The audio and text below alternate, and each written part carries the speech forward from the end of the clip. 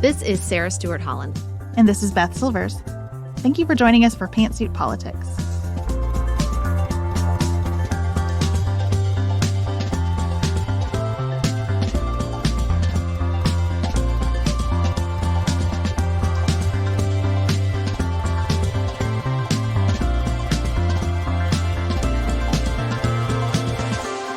Hello and happy Halloween. Thank you for joining us at Pantsuit Politics, where we take a different approach to the news. Often, that approach is seasonal.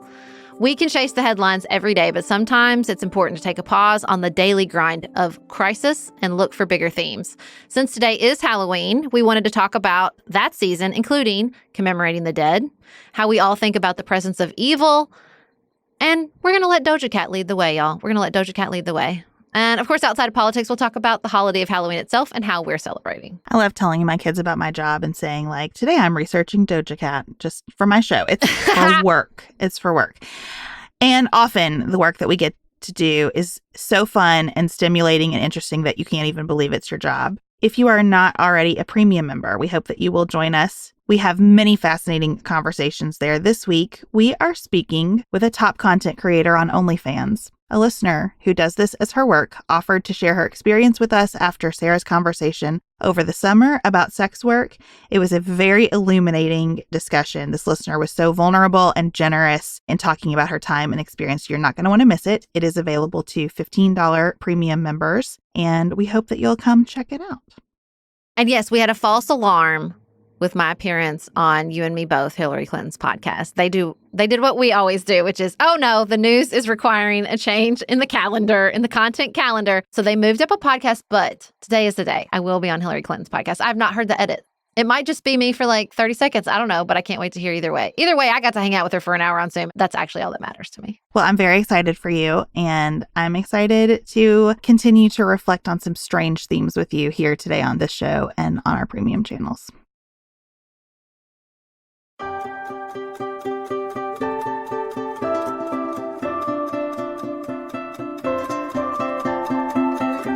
This episode comes out on Halloween. Beth, I love Halloween, but I love the next two holidays in the liturgical calendar even more, which are All Saints' Day and All Souls' Day, where we commemorate the lives that have been lost over the previous year. And I'm choking up a little bit because we lost a celebrity, an actor, a friend who was very important to a lot of people. Matthew Perry over the weekend, a really heartbreaking loss. He played Chandler on Friends, a blockbuster sitcom that became a part of our culture, became a part of our psyches, lives on famously with Gen Z, who still watches reruns today. He was very public with his struggle with addiction, and he died over the weekend at the age of 54. We commemorated All Saints' Day at my church on Sunday with a candle lighting ceremony for all of our church members who have passed away over the last year. It was a lot. When you see a table full of candles like that, it makes you realize how much a year contains. And then when you think about what a small population is represented on that table of candles, it's hard to think about. And losing Matthew Perry, in one sense, I try to remember he's one candle on that table. No less, no more. At the same time, he was a fixture of a certain formative period of my life. I was crazy about Chandler Bing. I loved that sense of humor. I loved that way of being. I had just a random episode of Friends on while I folded laundry the other day, which is something I never do. And I was noticing for the first time how frequently they hugged each other, this group of friends. Not romantically, just hugs. And I said to Chad before we got this news about Matthew Perry, man, we don't hug enough around here. Like, we hug a lot in our house, but with friends, it was nice to see. It just felt good to watch them hugging each other. And I think there are lots of little cues like that made this group so beloved that I've never even parsed out. I have really appreciated his openness about his struggle with disease. It hurts me, and it's hard to even talk about him as Chandler, knowing that he couldn't go back and watch it because he just saw his addiction and he saw the horror that he was going through as they filmed these episodes that brought so much joy to so many people, including me. And I really value that he has said, because I was Chandler, I can help a lot more people. So I'm trying to do that. And that he really tried to build this legacy of helping people recover. And I will forever think about him saying that the thing that you have to avoid is alone, because the disease waits for you. He said something like it does one-armed push-ups just waiting for you to be alone, because that's when it's going to come in and get you. It's a symbol of something that so many people face in so many different forms across the country. And I think that's part of why lighting that candle for Matthew Perry is even harder. I mean, I think between being a part of a piece of pop culture that was such a behemoth and sharing the struggle with addiction that has also become quite the behemoth in American life, those two pieces of his life really bonded him in a parasocial way, of course, because we didn't know him in our real lives, but bonded him to so many people, like even people who weren't big Friends fans. I watched Friends. I loved Friends, but I've never watched a rerun. I'm not a person who is still very devoted to it. But obviously I knew about his struggle and was rooting for him. I just think that's what's so heartbreaking. I think so many of us were rooting for him, especially after the reunion special and sort of the conversation that arose out of that. And I just, I don't apologize for being heartbroken when celebrities die. I just don't. I don't think that's a fair or kind critique. Artists really become a part of us. Their art becomes a part of us. That connection you feel with someone, the connection people feel with us when we're in their ears all the time. I mean, we talked about that with Deuce. We talked about that with Rachel Held Evans. Like when someone creates something that helps you feel seen or helps you feel less alone, that's beautiful and important. And when that person is gone, it should break your heart. And I think I always love All Souls Day because, that the grief is so acute in the beginning. But having the ability and the ritual once a year to say, it's still there. The love is still there and the grief is still there is so important. And I feel like we don't create enough spaces in life to do that. So I value the ones that we do because I think we hold it in our hearts, but it's such a solitary feeling that when we can come together and say, we're all carrying grief and love for people we've lost, all of us, all the time. It's just really, really important and really valuable, especially when the world is particularly hard and particularly full of grief at this moment.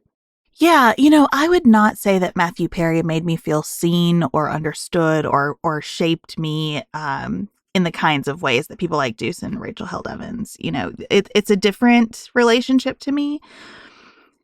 I still think it's sad. People who he just entertained me, he just did. And that's beautiful. And that's a gift. And when celebrities die, especially celebrities who you think of as your contemporary, it just sheds that light on where you are in life. It makes me think of the chat we had with Jennifer Sr.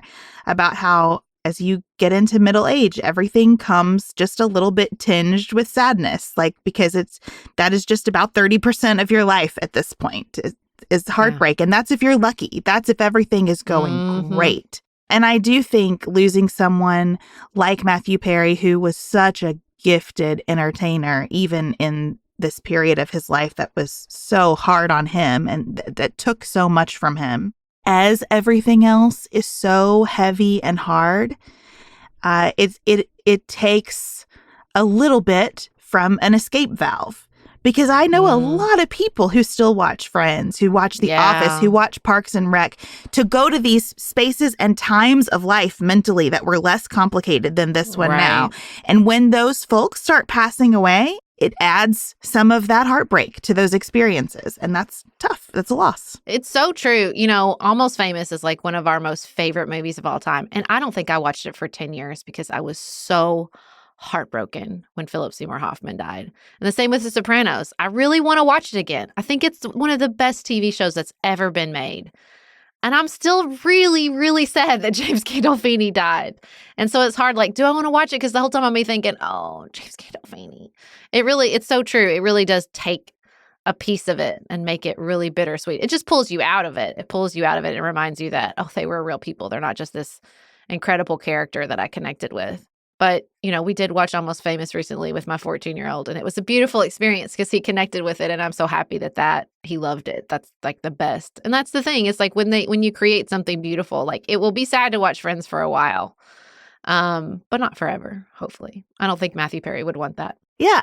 I still get choked up when I hear an Amy Winehouse song, and I love her music. I think her voice is a marvel. And in some ways, like the music has always been there from her to be rich and layered. It was tragic as it was being made, but it's just another layer of life added on to these things that people made.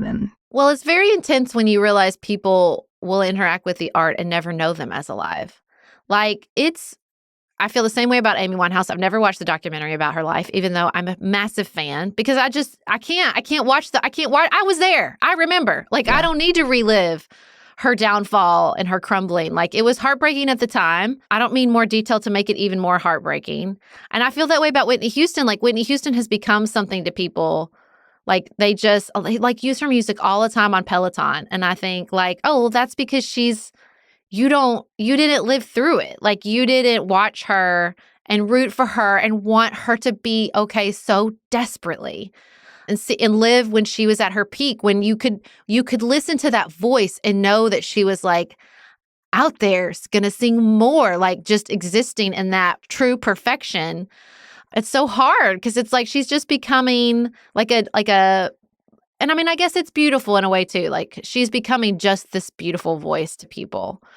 But it's hard to realize the art lives on and the real person really fades into the background. I've talked before about my love of 60 songs that explain the 90s, and Rob Harvella has been on our show, and I'm such a fan of his. And often, he confronts this issue all the time of a tragic, too soon end of life for someone who is very, very famous and contributed a lot culturally. And often he will say, I want to just leave this person right here at this shining pinnacle moment. And that gets back to the lighting of candles to me. That you just have to trust that what you leave here is that flame. And hopefully that flame over time gets to be the most beautiful contribution you made, and the rest gets to sort of fall away. And I hope that that's what's happening. As I watch my middle school daughter and her friends adore I Want to Dance with Somebody, I hope that's what's happening for Whitney Houston. And I hope as everyone talks about how hard Matthew Perry worked to pull other people out of addiction with him, whatever details emerge about his death, I hope that his flame gets to be that generosity of spirit that he exhibited to people fighting the same difficulties that he was.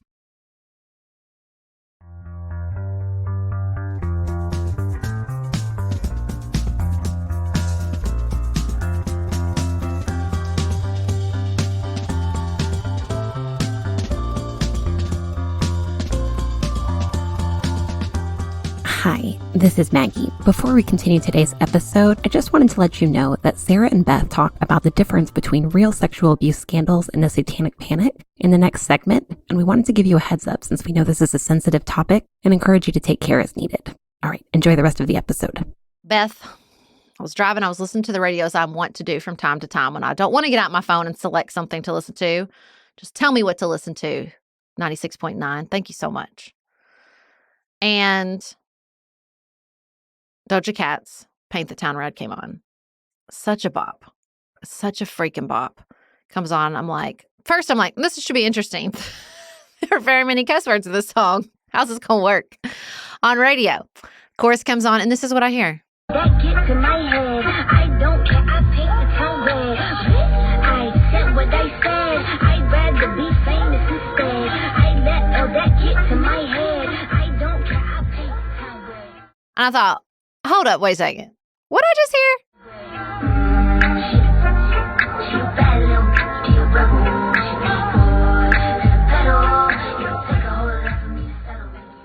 Beth, they bleeped out devil. Discuss. When you said this to us in Voxer, I thought, no, they didn't. And I had to go back and listen a couple of times. I was really surprised because I don't know. This is no disrespect to Doja Cat and her artistic contributions, okay? But like when I see a video of her or a photo or listen to her lyrics, it all strikes me as like it's coming with a wink. Like it's kind of hilarious. Like she's just kind of trying to say like, all right, let's just keep pushing this, okay? But I don't know. It never comes across in a menacing way to me. And I'm pretty pearl clutchy. You know what I'm saying? Like I could interpret menace, I think, if menace were there. But so it was shocking to me the devil came out. I know. And I thought, well, in some ways, look, there have been very many artists, including Doja Cat, who plays a lot with her image, who pushes not only her critics, but her fans. She will straight up get into fights with her fans. She does not care, okay? That have been playing with this imagery. We had Lil Nas X in his video for Montero where he takes a pole down to the hell. He gives Satan a lap dance. And then I think he kills Satan and takes his crown for himself. And listen, Doja Cat's videos, they're kind of scary. Like the demons in her video are like legit. Like they're not like winky, kind of campy like in Lil Nas X videos. They're legit. And then, of course, we have Kim Petra and Sam Smith. They did this big Grammy performance. I watched it live that night. Did you see the performance of Unholy? I did not watch it live, but I have seen it since. Well, and it's like, of course, you guys, the song is called Unholy. Also a bop. But it's like they're dressed in red. There's lots of pole dancing. People have devil ears on. So like this is an aesthetic that has gotten a lot of attention. But I thought, what exactly? Even if you have a big problem with this, okay? Even if you think this is too far, there's too much satanic imagery, whatever, like what do you think bleeping the word devil is going to accomplish exactly? More interest in what they're doing. Exactly. Is the answer. I mean, that's the only realistic answer. And that's why I just don't pay much attention to any of this. I do see it as an aesthetic. Even her kind of scary videos still feel like they have a wink behind them to me. Mm-hmm. I don't feel like there is some kind of underlying message there that is trying to draw people into a cause. I guess maybe because the world is heavy and scary enough. I just don't find any of this worrying on any level.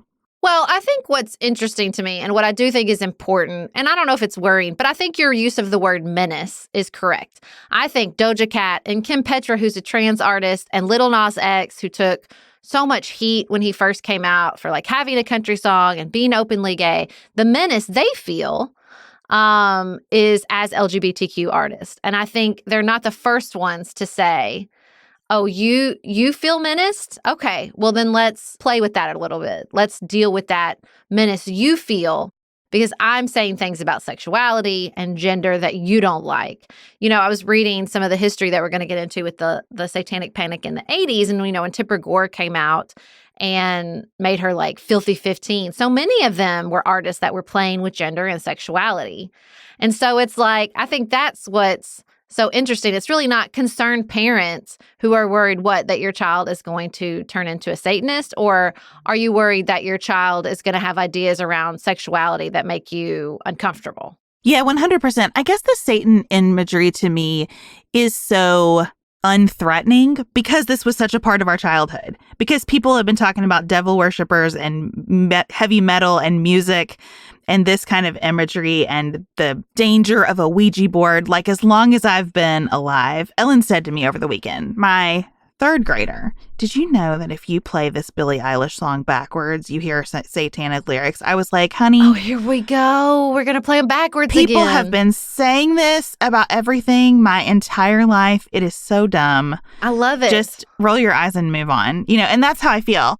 I guess because we're buying records again, so you could actually play them backwards, because how the hell you going to do that on Spotify?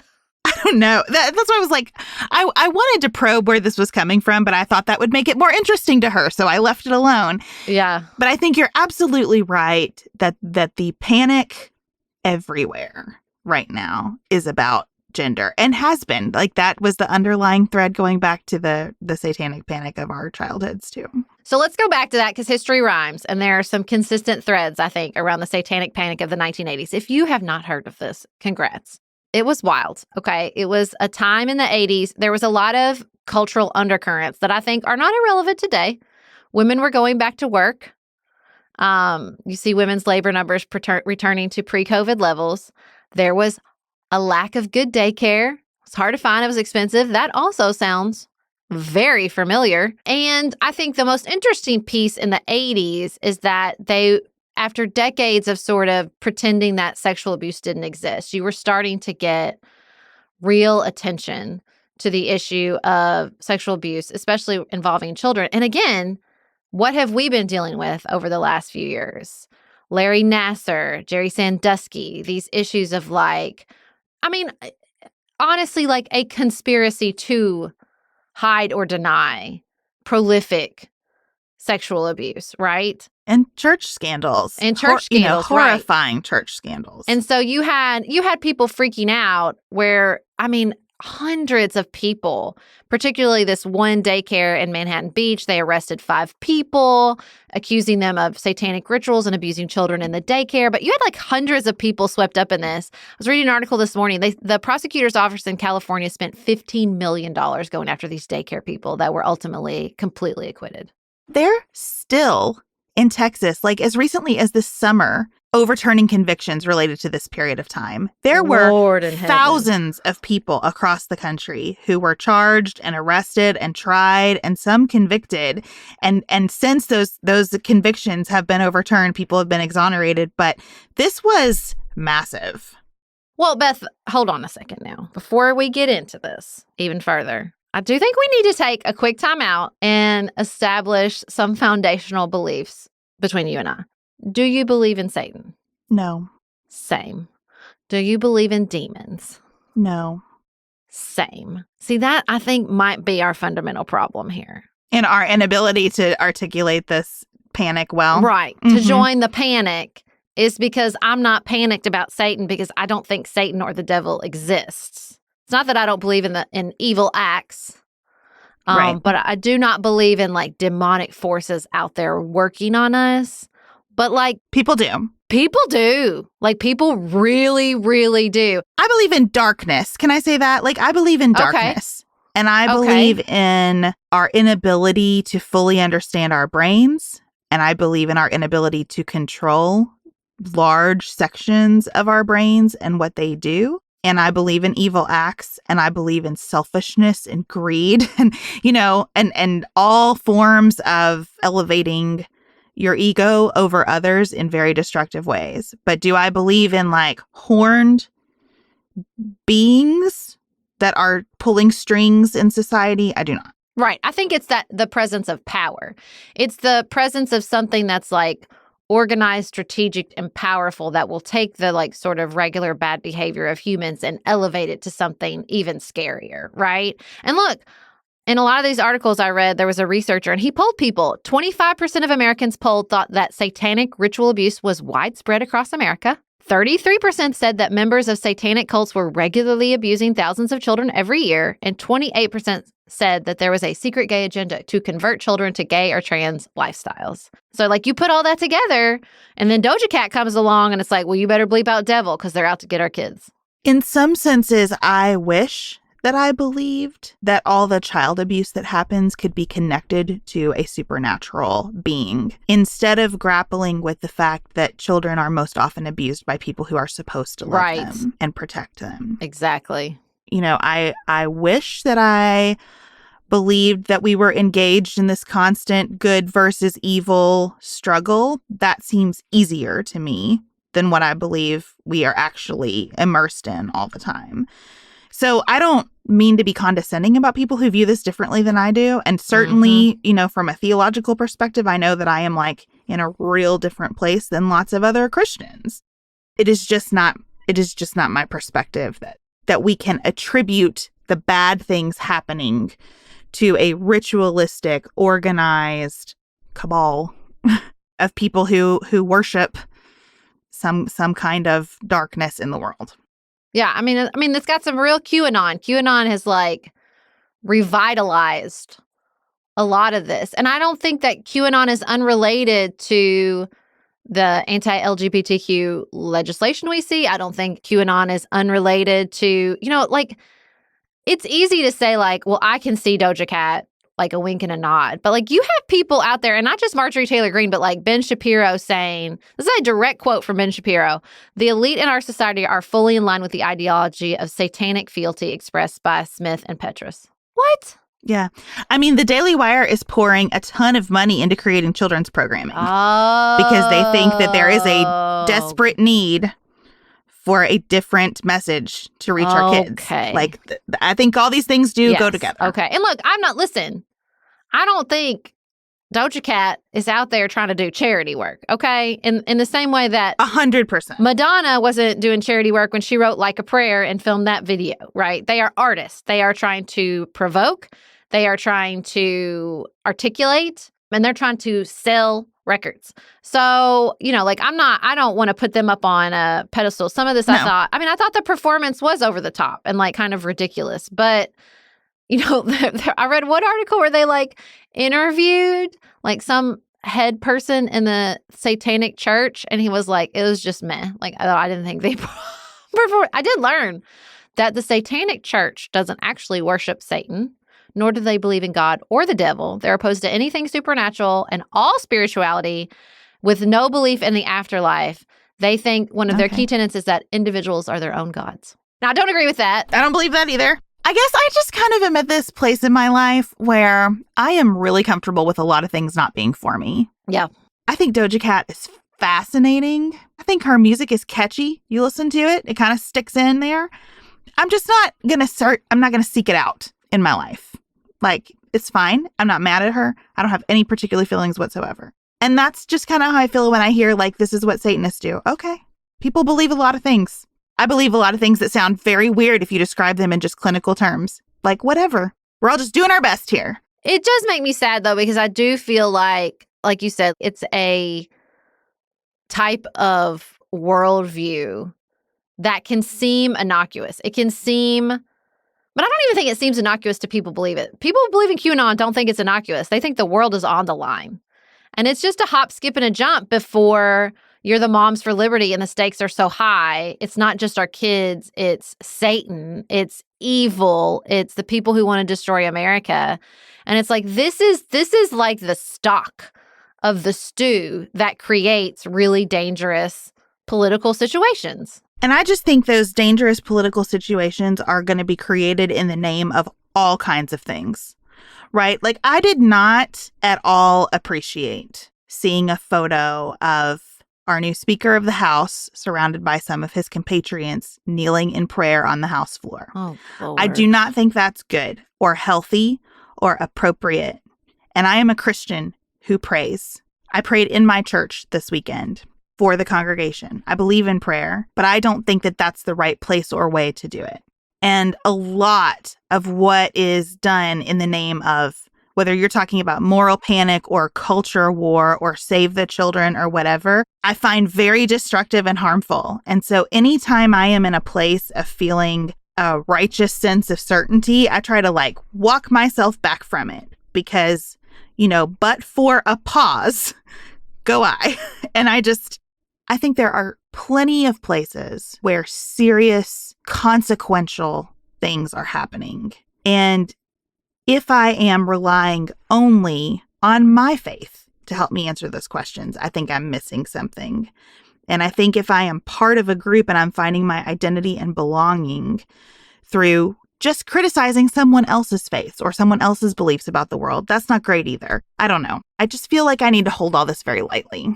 Well, and, I kind of get in this space where I'm like, it doesn't matter. But I also make the argument that, like, advertising and culture does matter, and it is important, and we are working out something, and they don't spend millions of dollars on these videos and these songs because they don't matter, right? Like, I think that's the tough part. The tough part is to say to someone, hey, can you articulate why you need the word devil bleeped? And let's talk about what's underneath that. I'm not saying it's irrelevant.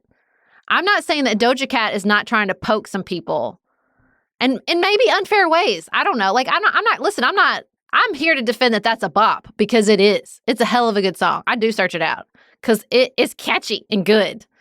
But that doesn't mean I agree with everything she does. It doesn't mean that I don't think sometimes these videos are over the top in ways that aren't helpful. I'm not going to make it illegal, but it's not, I don't want my kids watching it all the time. You know, like I don't really want to have my kids watching Lil Nas X give Satan a lap dance. Like, no, that's not like at the top of my list of things I want them taking in, right? But we have to be able to calibrate that. Like, I think we have to say, you know, even way back in the day with Like a Prayer, which seems so sweet these days, you know, like, but isn't there something there, like, where something that used to be shocking doesn't get our attention anymore? Like, what's next? If eventually even a reference to Satan won't get anyone's attention, which I think it barely did, then what are we going to do next to shock? If that's a part of pop culture, if that's a part of this progression, I think it's worth asking, like, do we like where this is headed? Do we want to keep going in this direction? Not because I think we should shame these artists or bleep the word devil, because I think that's dumb. But like, I'm willing to engage with people and say, hey, I get that you're concerned about what your kids are taking in. We're all concerned about the safety of our kids. It is scary to see these stories about trusted figures who were sexually abusing kids while their parents were in the room. That's terrifying. But I don't think channeling all that into QAnon or Comet Pizza is the way to go. Let's talk about that. Because what people do not want to hear is, I can't promise you that we will prevent this forever in the future. What they want to hear is, yeah, if we get the right person, we'll shut this down. Be it Doja Cat, be it, you know, whoever's in charge of the Democratic Party, whatever, you know what I'm saying? Like, they don't want to hear that. They don't want to hear, like, no, there's no way to assure that nothing bad or harmful will ever happen to your kids in a 1980s daycare all the way through to a gymnastics doctor's office, right? And I just think that that's acknowledging people's fear without promising something you can't promise is really hard. I don't know the answers to any of these questions with the internet. I don't know how you continue to be shocking with the internet. It feels to me like we've run out of ways to be shocking, but perhaps not. Perhaps I'm just not creative enough to imagine. Shouldn't have said that out loud. The next version, you're right. And I don't know as a parent, you know, we were just having this conversation with friends over dinner last night. Like, to what extent do you try to prevent your kids from hearing, seeing, saying offensive things versus trying to walk them through how to engage with those things in the world? For the most part, that's the choice that Chad and I make. We don't strongly restrict the kinds of movies our girls watch or the kind of music that they listen to. We took them to a Lizzo concert. You know what I mean? Like, we're very free with what they engage with because we try to engage with them and then talk it over. Well, hey, the use of that word here is lazy. That's rude.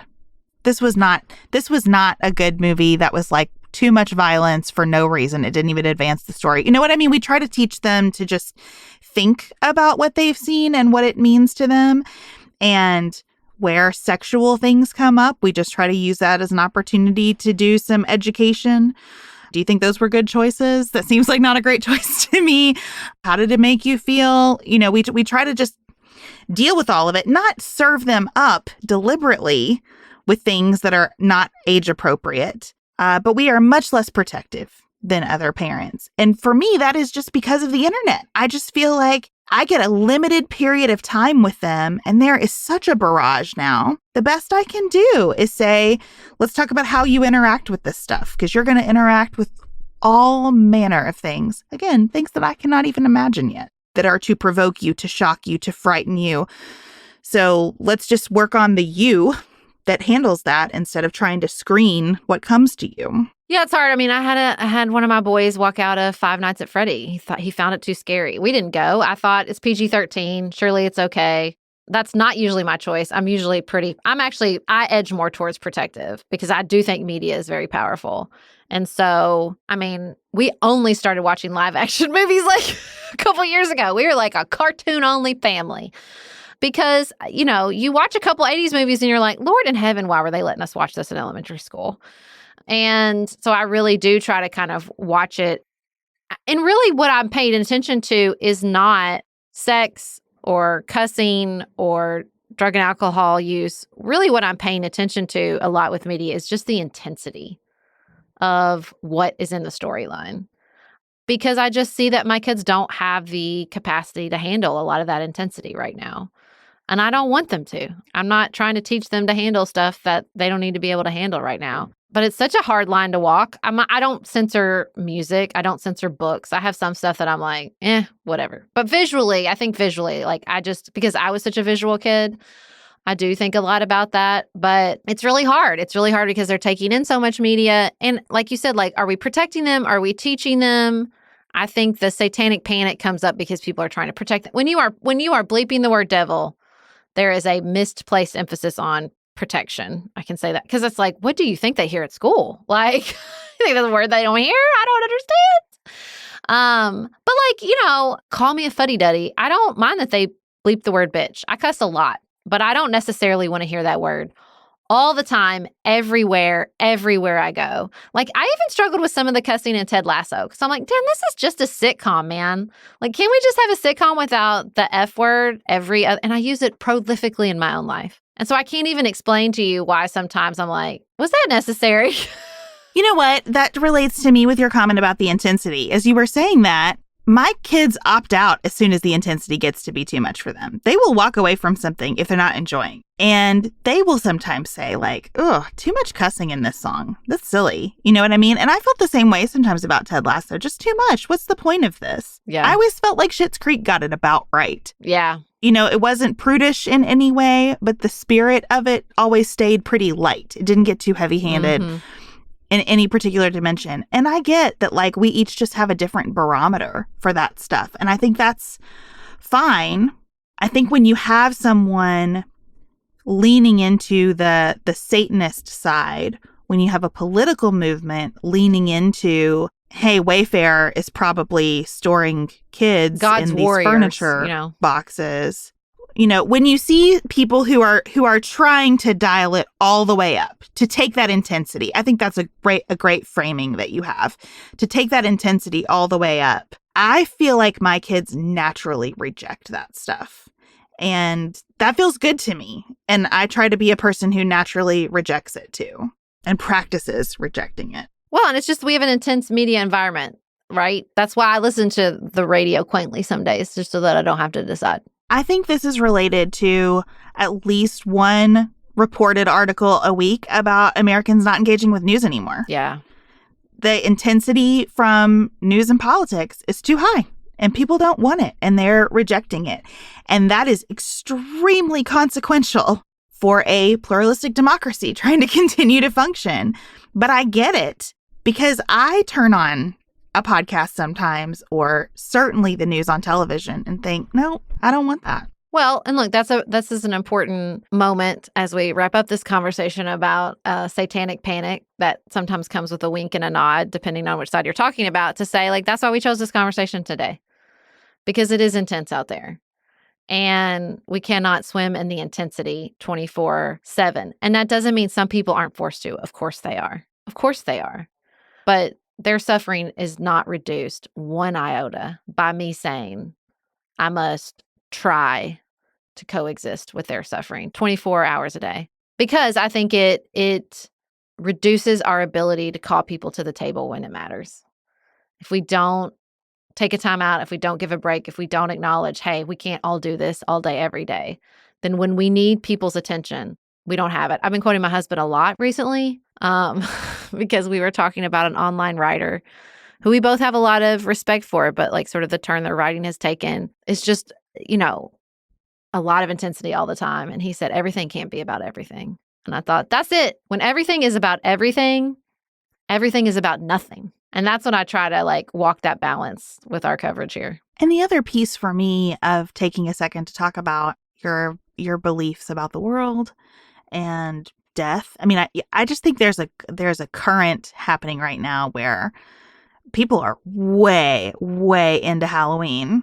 And that just doesn't surprise me on the other side of COVID, where mortality is in your face. And it doesn't surprise me when there are at least 2 wars that dominate our news coverage. When everything is about everything, or when you set your sights only on the gigantic, only on the global, you lose people because even the most privileged among us are in the midst of everyday grief and everyday confrontation of their own mortality and everyday meaning making about the world. And I think just remembering that every person is ultimately a candle on that table, navigating their own stuff is helpful.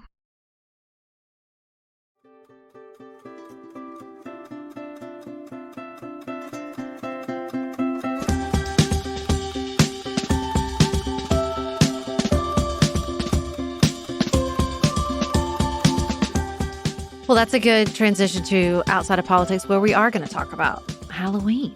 Happy Halloween, Sarah. Beth, happy Halloween. It's a fun one. I love Halloween. I've always loved Halloween. I was thinking about the Halloweens of my childhood before we had the internet, before you had, endless DIY options, before you could Amazon any sort of branded costume you wanted. And some of my more hilarious childhood Halloween costumes. One year, I'm going to put this picture on Instagram because I think y'all will enjoy it. One year I dressed up as a rich lady. I was rich for Halloween. That's what I dressed up as. I wore like a little fur canvas. And then one year I was a hobo. I was really playing with issues of class as an elementary school kid on Halloween. Let me tell you what. We have pictures of me as a hobo as well, singing in a talent show with a friend. Hobo was popular. Yeah. Mm-hmm. Halloween is much more of an adult celebration for me than when I was a kid because I lived in a really rural area, and trick-or-treating is a whole different scene when you get in your car and go to like 4 or 5 houses. But I do have memories of the costumes that my mom made for me. My mom was a very gifted sewer, and she made some incredibly beautiful things for me as a kid. I can get choked up really fast thinking about my mom's hands and the way that she used them and her creativity and her time to give me all these gifts that I wouldn't have had access to otherwise because of money and because of the internet and, just availability and where we lived. And it makes me smile to think about what she did for me to give me these pretty fantastic costumes for my 4 or 5 house trick-or-treating during Halloween. Oh, yeah. Lisa's shining moment. She threw her back out and she moved her sewing machine into our kitchen and stood up at the kitchen counter and made me the most beautiful Scarlett O'Hara costume. Now, I will not be sharing that picture online because Gone with the Wind is deeply problematic. But this was the 80s and I was obsessed with it. And I mean, she took hula hoops apart and put together like a big old giant hoop skirt. It was I thought I was the queen of everything in that costume. And it is kind of a relief to me that I can just order a costume for my kids. But also there are moments when I think, man, I wish we were problem solving this a little bit more. There were some good lessons in trying to put our Halloween costumes together. We did get to do that here this morning. Ellen's school does a book character day for Halloween. And she has just a very generic detective costume this year. The truth is, she found a headband that she liked and designed the rest of her look around the headband. But she couldn't fit it into book character to her satisfaction. So this morning, I just said, hey, what characters in books do you really like? If you just name a character that you love from a book, who is it? And she said Charlotte from Charlotte's Web. And so we are very quickly last minute DIYing a spider, which is fun. That's been great. It doesn't feel pressured. It doesn't feel expensive. I'm not running around buying things today. So we're getting a little bit of that quainter Halloween of my childhood with book character day. Well, it's so funny you say that because Griffin, he's participating in our family costume, but him and his friends are then changing into this costume to match this internet video. Please don't ask me about it. I don't understand it or recognize it. But he's been so into making this costume. They ordered matching capes. He spent all last night making his mask and putting the lights where they want to go. Because he likes this part. He likes to pick obscure sort of internet videos or memes that you can't just pop on Amazon and order that costume. You have to sort of make it and match it. And then, there'll be 2 or 3 people out on Halloween who will recognize who he is. And he loves it. And I think it's so fun. I mean, that's the best part of Halloween is being able to craft a costume or an identity that you haven't tried on, but that you love, that maybe some people will recognize or maybe they don't. I mean, I feel like you're doing Halloween right if not everybody recognizes who you are. You know what I'm saying? That's the fun part. Mm-hmm. And it's been so fun to watch him. Like, he spent all last night, like, putting this together, figuring out how to make the mask work and how he could see. And when he came out and it was all together, he's like, doesn't it look great? He was, like, so excited. That's really fun to see in a high school freshman. That is fun. I love that. I can't wait to see pictures of both of his looks. You won't recognize it, but I will share them with I don't you. need to You'll be like, who recognize that? I'll be like, I don't know. But he's so excited. I'm sure that it's a credit to him that an old lady like me will not recognize his costume, right? Right, exactly. As he has repeatedly informed me, I'm mid, which I find very insulting, but that is a different outside of politics. So yeah, we are all getting dressed up. We're so excited. We have a Halloween parade in my neighborhood. I have a neighbor who always hosts like lots of food and dinner. It is really one of my most favorite nights of the year. And best part, it just got really cold, Beth. Yeah. It's going to be like 48 degrees. That's my peak temp out there on Halloween tonight. Good for you, not for me. I'm not thrilled about it being quite so cold, but it'll be fine. I mean, when it's 80s, it's so gross. When it's a hot Halloween, I got a mosquito bite on Halloween one year, and I was mad the rest of the year. I hear you. I just think a good 60, 55 would be fine. No, that's too hot. No, it's got to be cold. Remember those Halloweens of your childhood where you were like freezing your butt off the whole time? It's like, it's a vibe. I don't love that feeling. It's just not for me. But we are going to have a fire out, which will be nice. And That's a good idea. We'll We be should do wrapped that. up, and we're going to grill hot dogs. That was Elise's idea, to grill hot That's dogs smart. first, so passing by trick-or-treaters. Our audience came through with the like no candy ideas. Like just so many good ideas. And our neighbors are going to make their very special scone recipe. So we're going to have hot dogs and scones. And then I do have some candy, and I have some popcorn. So we just have a variety. People can like choose their Halloween adventure with us. And I think it'll be fun. Oh yeah, I definitely have candy. Don't get it backwards. I have candy. I'm just trying to save enough money and work on my husband's heart so that one year I can be the full-size candy house. I know. That's what it's my dream. It's just my dream, Beth. I share this dream, but I do not have faith in my husband being on board with the full-size candy. Don't they want to be heroes? Don't we and I raise understand men why. to want to be heroes? I thought that was the whole point of patriarchy. We have two very heroic guys in other ways, and if this is their downfall, I will accept it for sure. But not me. I'm gonna keep chipping away at it. 1 year, I'm gonna do it. I'm gonna be the house. It's just like gonna you just happen for me. become legendary when you pass out the full legends. size. You're legends.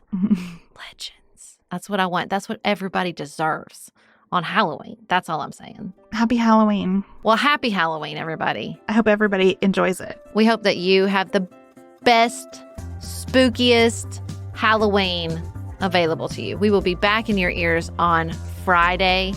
And until then, keep it nuanced, y'all.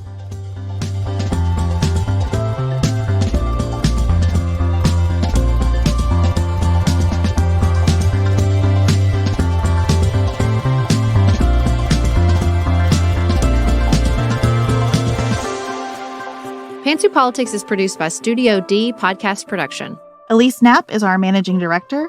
Maggie Penton is our director of community engagement. Xander Singh is the composer of our theme music with inspiration from original work by Dante Lima. Our show is listener supported.